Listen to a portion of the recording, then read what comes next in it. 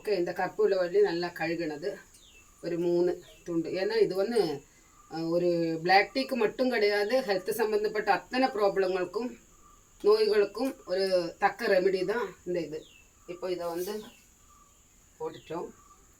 அப்புறம் first second வந்து துளசி, வெள்ளை துளசி தான் நம்மக்கிட்ட இப்போ இருந்தது. ஓகேவா, இது வெள்ளை துளசியை போட்டாச்சு. அதுக்கப்புறம் 1 2 3 4 5 டீ தான். ஓகேவா, அதனால் 5 போடுறேன்.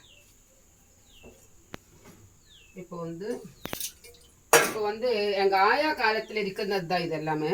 இந்த இது இஞ்சி எல்லாம் வந்து குத்ததுக்கு நம்ம வந்து கல்லில் வச்சிருக்கிறேன் இல்லையா, அதுக்கு பகரமாக மரத்தில் தான் இது எல்லாமே. ஓகே, அதான் கொஞ்சம் இஞ்சி,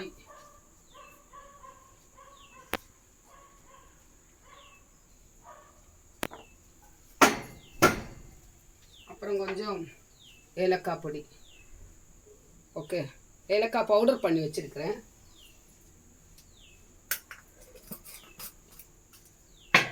அதை போட்டாச்சா.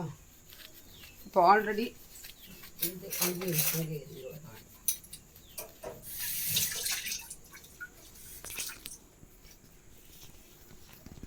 கொதிச்சுட்டு இருக்குது.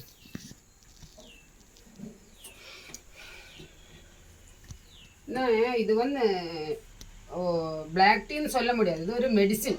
ஏன்னா ஆயுர்வேதத்தில் வந்து செம்பருத்திக்கும் துளசிக்கும் இந்த என்ன சொல்லுவேன், இந்த பனிக்கூர்க்கலை, மலையாளத்தில் அதோட பேர் பனிக்கூர்க்கலை. குழந்தைகளுக்கெல்லாம் வந்து அது வந்து இடித்து பிழிஞ்சு அதோட ஒரு 2 ட்ராப்பு கொடுத்தாலே சைனஸ் ப்ராப்ளம், கோல்டு, ஃபீவர் எல்லாமே கிளியர் ஆகும். அது இல்லாமல் கொஞ்சம் அந்த இலையை எடுத்து கொஞ்சம் ஹீட் பண்ணி அது உச்சியில் வச்சு கொடுத்து நினச்சிக்கோ. அந்த குழந்தைகளுக்கு வந்து அந்த நெருகையில் வைக்க என்னன்னா அந்த ப்ராப்ளங்கள் எல்லாமே வந்து மோஷன் வெளியே போகும்னு சொல்கிறாங்க. அப்படிப்பட்ட ஒரு மெடிசின் சத்தானது தான் நம்ம இன்னைக்கு சாப்பிடக்கூடிய நம்மளுடைய செம்பருத்தி டீ.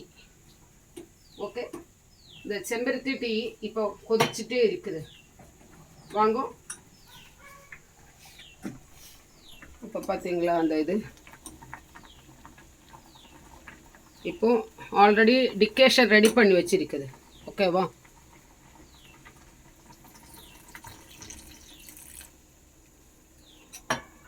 அதோட அரோமா எப்படி இருக்கு. இப்போ வந்து நம்ம இந்த நேரத்தில் வெல்லத்தை போடணும். ஓகேவா, அம்மா கொஞ்சம் வெல்லம்